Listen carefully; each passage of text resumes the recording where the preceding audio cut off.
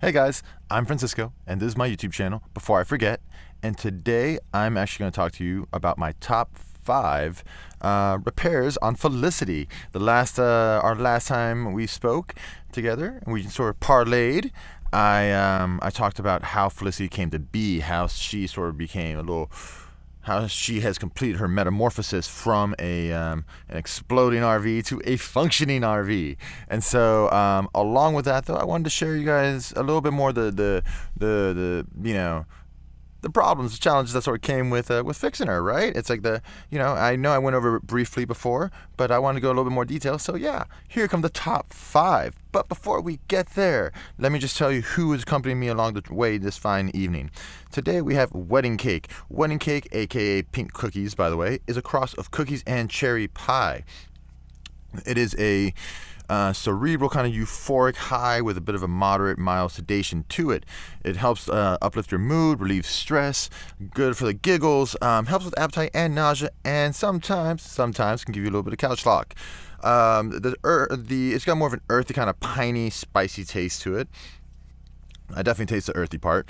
Not so much and maybe the spicy, more of a peppery, like black peppery kind of jive to it. The cross strains, cherry pie and cookies, right? Cherry pie is a cross of Granddaddy Purple and Durban Poison. 2 great strains, 2 opposite strains, but 2 very good strains, and when combined, you come up with cherry pie. It is a 70-30 sativa dominant hybrid, so it is one of those that, again, is going to be a little bit more on the active side, getting up and going or focusing or something like that.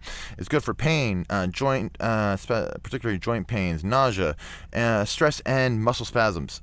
So good for good for maybe just like a active kind of a good kind of active strain, right? So we went back to that activeness. I've been already smoking, as you can tell. Anyways, so now it does have a bit of a more cherry, earthy, musky kind of flavor, and it's more of euphoric, relaxed, and creative kind of high. So it does sound like a pretty good strain. I'd highly recommend it.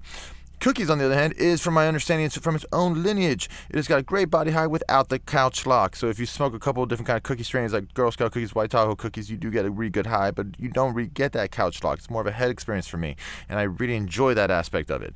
It is a chatty, happy, kind of good social, giggly kind of strain. Good for stress, loss of appetite, back pains, nausea, and fatigue. Honey would be the best kind of word that would describe this kind of aroma, and it's got a bit of a cherry taste to it. Before I forget, see what I did there? I need to mention where I got this information from. CannaSOS.com. I should have mentioned that in the very beginning, but you know what? Better late than never. So, cherry pie and cookies again combined together create wedding cake, aka Pink Cookies. So, let's get on to it, right? I already started this bowl, so I'm a little bit of a head start, but let's keep going.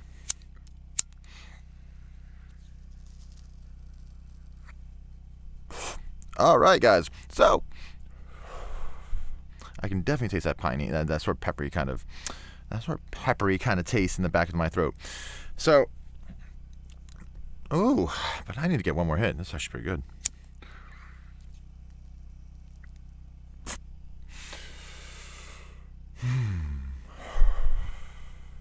Okay. All right. So I'm gonna let you guys know how this treats me as the conversation goes on. Anyways. Top 5. Starting with number 1, the crankshaft that never was. What do I mean by that? When I first got Felicity, I started driving her around. I drove her a short distance. It was a bit of an impulse buy. It jives with me. She had good bones. I just felt the energy, and I'm like, she's right for me. Those short distances didn't prove to be enough. Come to find out that she would backfire. She had no power. She couldn't make it on straight roads, let alone hills. It sounded like a nuclear bomb went off. I took it to this one car shop that I'd moved into town. I hadn't gotten to know everybody at this point yet. I hadn't gotten to know so many people. And they told me it was a crankshaft. That broke my heart because that was an estimated repair of $35,000 to $4,000. $4,000 that I did not have. So, as most of those issues that sort of hit me really hard, I take my time to sort of marinate a little bit, just like, weigh out my options. And that option was just not possible. So, I was fortunate enough to find a connection to another mechanic that rebuilt my engine. He basically, for the fraction of the price, took what was this nuclear bomb exploding thing that backfired on cue. It was just horrible. And 6 weeks or so later, had it driving perfectly. This one was very hands-off for me. This was more like the, okay, well, he gave me the number that, the total, and all I knew was, okay, I paid him X amount of money every week, and he would repair as I paid. So I just busted my ass working, I don't know how much overtime, every day, every week, boom, boom, boom, boom, boom, until I got it done, and it worked, and the engine worked, and it was just, she hauls ass, and she still hauls ass, so it's fantastic. Moving on from that, though, so it's now the mechanical aspect of the engine. By the way, it never turned out being the crankshaft. It was never the crankshaft. It was just misfired spark plugs, a very dirty engine, there was a list of things. The receipts, probably didn't run out of ink, but it was not the crankshaft. So that was the most important thing, because that means had I dropped that kind of money on that repair, it wouldn't have gotten fixed to begin with. So yes. Anywho, not the crankshaft. And moving on to number 2. Number 2 is the internal wiring. What does that mean? The internal wiring of the engine. With older engines, I don't know about the newer ones now with all the paneling and everything, but the older engines, you could see where the wires are going. Even older engines like the 83, it's a lot easier to maneuver. Everything's like, it's very plug and play. There's not so much interference. You just get hands-on with things. The wiring, though, was a troubling source of frustration for me, because I couldn't figure out. I would wire things and blah blah blah. I'd fire the wires. I'd follow the wires and blah blah blah. Just figure this stuff out. Again, I'm learning as I go. All this is learning as I go. So it's not like I'm some expert or anything. I knew what I was doing. It all took time. But I basically, I rewired things, replaced components and whatever else, and things still weren't working right. This is where I went to another mechanic that is just, when it comes to wiring, like voltage, wattage, all that stuff, a genius. We come to find out that everything was wired properly. So yay, I'm happy about that. Everything was wired properly. The problem was 2 things. The previous owner changed wires when they made their own fixes, changed wires, the original colors of the wires to new colors, which frustrated everything, because that's not how charts and diagrams, originals are originals. That's why you sort of keep the original color. But anyways, so that was one thing, trying to sort of retrace that aspect. The another thing was that at some point there was a small fire or something that caused the cables to melt together, therefore sending signals off that did not need to be sent at any given time to other parts of the engine. That is number 2. Case in point, we are moving to number 3, which is the ignition system, which these 2 and 3 sort of work hand in hand for this. A nightmare of a pairing. The ignition system, I'm proud to say, this was sort of like one of my little projects. I got to rebuild the whole ignition system. Again, I sort of learned as I went. I replaced everything from coils to the module to the key cylinders to the starter, the alternator, distributor cap, stuff like that. I replaced all that stuff. Everything was new, everything was fine, signal flow was fantastic. Again, though, those cables being melted together, that was a misfiring. Also, the fuse box. This guy did work this guy did work miracles. He had to rewire the fuse box, install new relays. I knew nothing about the electronics of it. So the fact that we worked hand in hand, him rewiring all the electronics of the engine itself, while I was sort of doing the physical aspects of replacing the ignition system, and any other components sort of broke down along the way, we made a good pairing because we sort of fed off of each other, and it was great. It took about 8 weeks to finally get all the electronics, all the wiring redone. So that was another one. That was a pain in the ass, but finally got that done. Now, going from electronics and the engine and everything to the indoors, the water system, the water pipes, the water heater, all that stuff. When I first got her, the water heater didn't work. I knew about that, right? So, I was like, okay, well, I can do without that. I dealt without having water. I just didn't deal with the water. I had a gym. That was the first thing I got. I got a gym membership before I even got the RV, just so I could have a shower. And so it's I had that shower, I could bounce between one and the other, right? And so I didn't have any cold water in the RV. Not so much fun here. However, I finally got the water heater fixed. I got a new circuit board replaced in it. It was a bit of the, it's one thing. It's just that was something outside my league. I needed a new circuit board. I didn't know about that. That got installed. Things worked. You know, it was a little spotty at first, but I fine-tuned it a little bit, and it got to work. That in itself was a blessing, but it was also a curse. What do I mean by that? These pipes have not seen hot water since the time of Jesus. I swear to God, these pipes have just not seen it. Why do I know that? Why do I say that? Because the minute the hot water came out, there was quite a surprise that awaited me. And here, before I tell you the story of how I learned about the surprise, I'm going to take one more hit because this is actually a pretty good strain.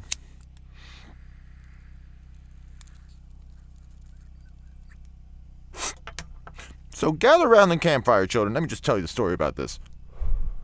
The RV geyser. So I finally got the water heater working right, tuned it up, everything's working. You know, thermostat had issues, got that done, blah, blah, blah. Got it all taken care of, right?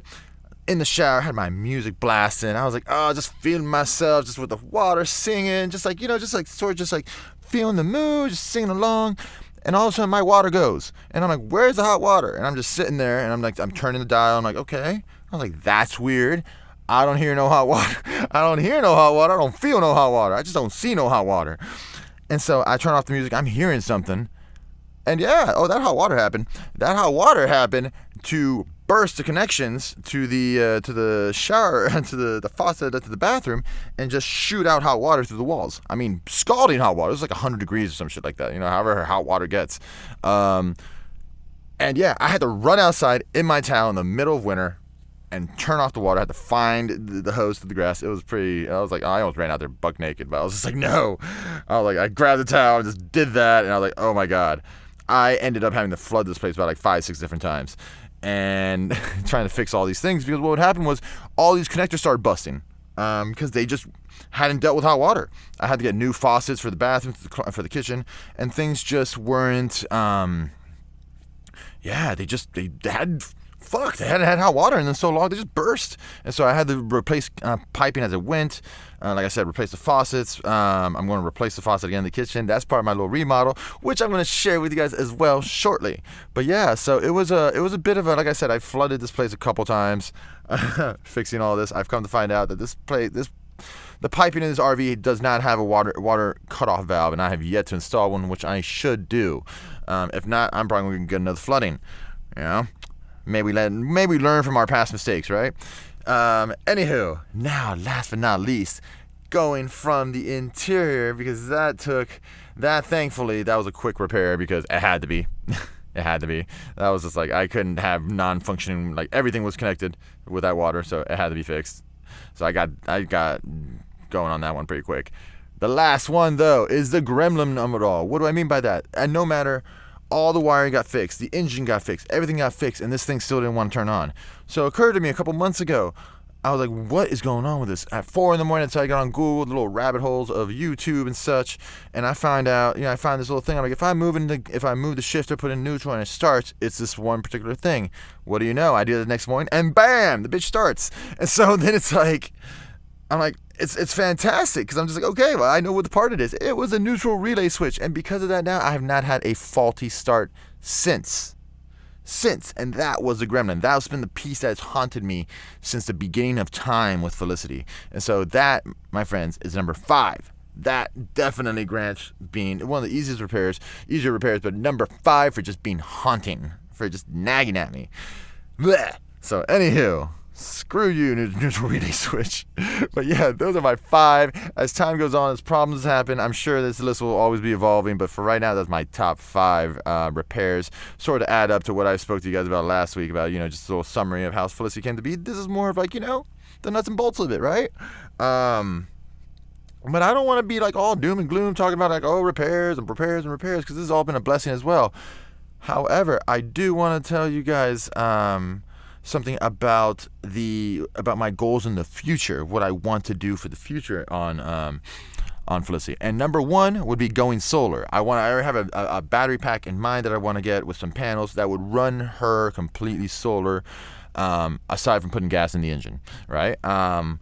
Because I'm trying to be as environmentally friendly as I can be. I already have LED bulbs. I mean, I could leave this place lit up like a Christmas tree and be like one halogen bulb.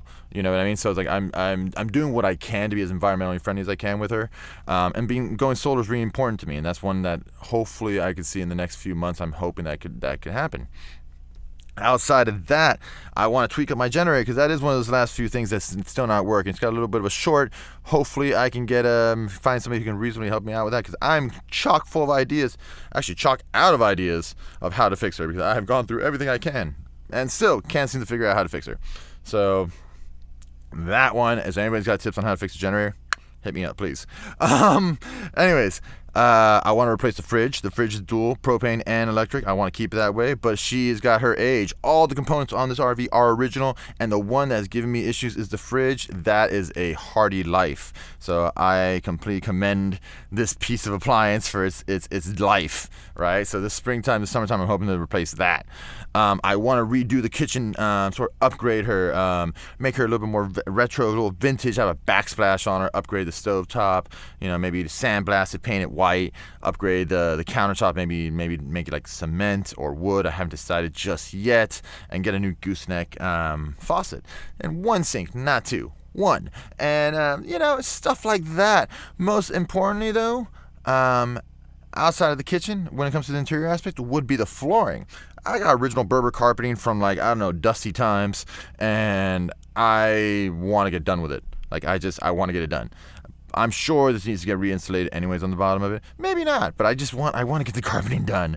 So that one's gonna be, that's definitely on my list. But I don't know if I'm gonna get to that one this year or not. But I hope to. You never know.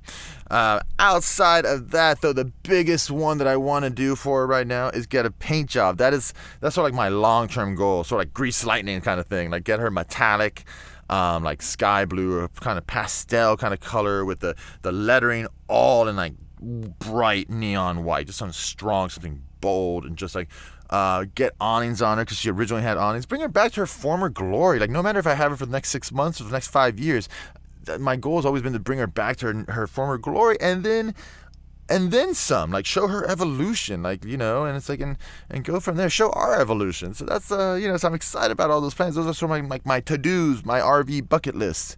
So yeah, on that note of to-dos and future hopes and dreams, I leave you guys. I hope you guys had a fun time listening to this. Like I said, I want to dive a little bit deeper into into what kind of repairs were done so far. Countless repairs have already been done on it, but those are sort of like my top 5. If you guys heard any of this and were like, man, I could tell this guy a couple tips here and there on how to fix this better, please let me know. I'm always up for learning new things. I have never claimed to know everything, so there's no need to anybody to even think like that. I don't, we're always learning something new, so that's just, yeah. So I am all about learning something new. If you guys have got any tips, suggestions, please push subscribe, leave comments below, hit me up on Instagram and Shaggy Adventure, hit me up on my Facebook, whatever it is that you wish to do. In the meantime, I hope that you guys had fun. For those suffering through all the winter colds, my heart goes out to you. I hope that you are safe. You're as warm as can be. I hope the best for everybody out there, all right? Outside of that, I also hope that you guys stay blessed, stay healthy, and shit, I already said it. Stay blessed. All right, guys? All right, till next time.